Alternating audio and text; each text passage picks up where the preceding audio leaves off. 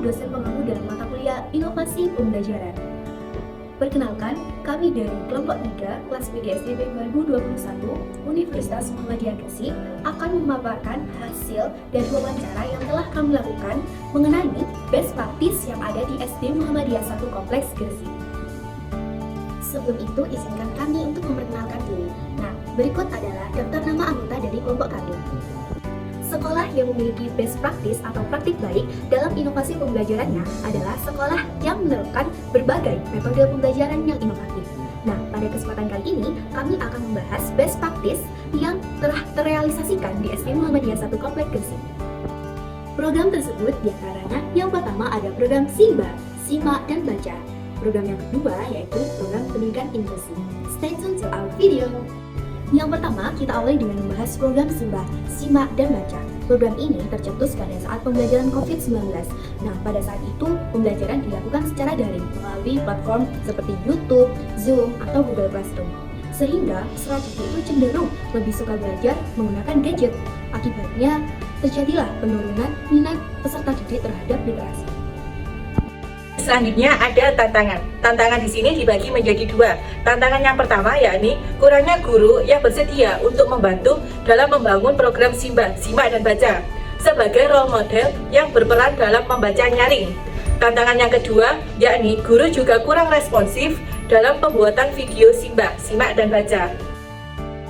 Aksi dari program Simak dan Baca. Yang pertama, guru membuat program Simak dan Baca. Yang kedua, wali murid menginginkan anaknya sebagai role model dalam program Simak dan Baca. Yang ketiga, guru memberikan kesempatan kepada peserta didik yang ingin menjadi role model dalam program Simak dan Baca. Yang keempat, peserta didik yang berminat akan dijadwalkan mengisi kelas sebagai role model dalam pembelajaran membaca nyaring.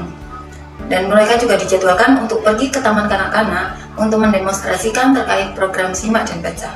Selanjutnya yaitu, dengan adanya program tersebut, peserta didik semakin banyak yang berminat dalam program SIMBA atau Simak Baca. Dan yang terakhir yaitu, guru merasa program SIMBA telah berhasil dilaksanakan dan guru melakukan inovasi dengan mengadakan lomba pojok baca yang melibatkan wali murid. Dengan melalui lomba tersebut, peserta didik sering mengunjungi pojok baca dan perpustakaan sekolah untuk meningkatkan minat baca peserta didik. Selanjutnya yaitu refleksi dari program SIMBA, Simak dan Baca.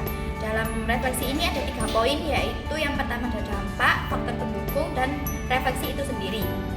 Dampak dari program SIMBA yaitu minat baca peserta didik semakin meningkat, peserta didik sering mengunjungi pojok baca dan perpustakaan sekolah. Pada tahun ajaran 2023 sampai 2024 mendapatkan BOS kinerja sebagai sekolah yang memiliki kemajuan terbaik. Yang terakhir yaitu program SIMBA memiliki hasil yang efektif karena peserta didik sangat minat dalam hal literasi dan numerasi. Faktor pendukung berhasilnya program SIMBA tersebut tidak terlepas dari faktor keterlibatan wali murid, guru, dan peserta didik yang telah bekerja sama dengan baik. Lalu refleksinya dari program SIMBA adalah kurangnya konsistensi guru dalam mengembangkan program SIMBA. Selanjutnya yaitu program pendidikan inklusi. Pada tahun 2007 merupakan cikal bakal adanya pendidikan inklusi di sekolah ini.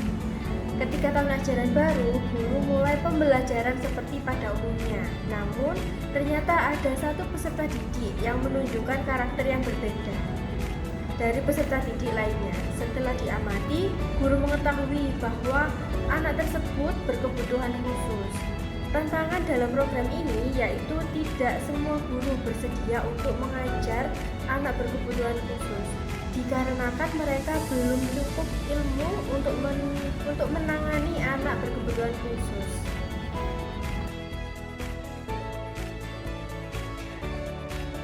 Adapun beberapa aksi yang dilakukan oleh pihak sekolah. Yang pertama, yaitu salah seorang guru kelas yang juga sebagai wakil kurikulum pada tahun pelajaran tersebut inisiatif untuk menangani permasalahan inklusi ini yang pastinya didukung oleh pihak sekolah.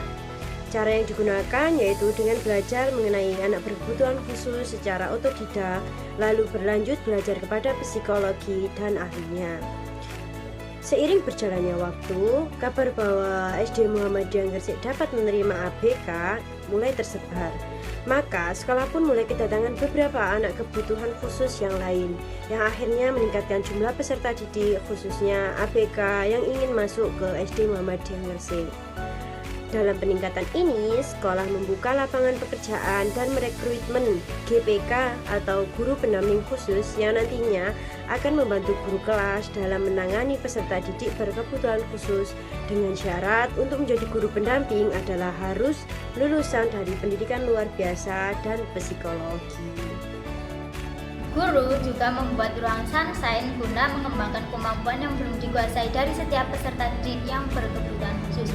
Misalnya, peserta didik yang kurang dalam hal motorik maka akan dilatih dalam hal motorik. Kemudian, guru juga mengelompokkan peserta didik yang berkebutuhan khusus sesuai dengan kebutuhan mereka masing-masing dan mengadakan pertemuan di ruang sunshine dengan didampingi oleh guru pendamping khusus. Nah, dalam setiap pertemuan di ruang sunshine tersebut, peserta didik berkebutuhan khusus diberi target untuk belajar mengenai kemampuan yang belum mereka kuasai.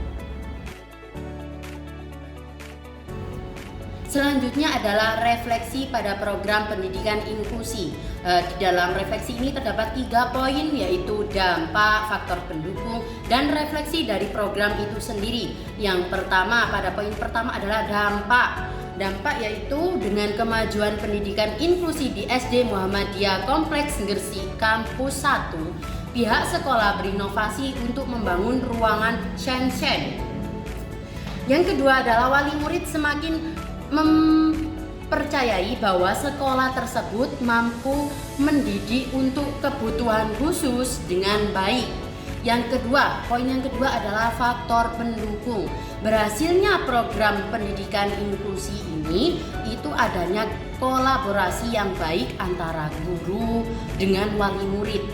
Refleksi untuk program ini sendiri adalah memiliki hasil yang efektif, terbukti dengan peserta didik yang berkebutuhan khusus dalam kategori ringan seperti hiperaktif, ADHD ringan, dan slow learner dapat pulih dan bisa bergabung dengan peserta didik yang reguler. Nah, demikian tadi penjelasan dari kelompok kami terkait dengan best practice yang ada di SD Muhammadiyah Kompleks Gresik. Sekian dari kami, mohon maaf apabila ada salah kata.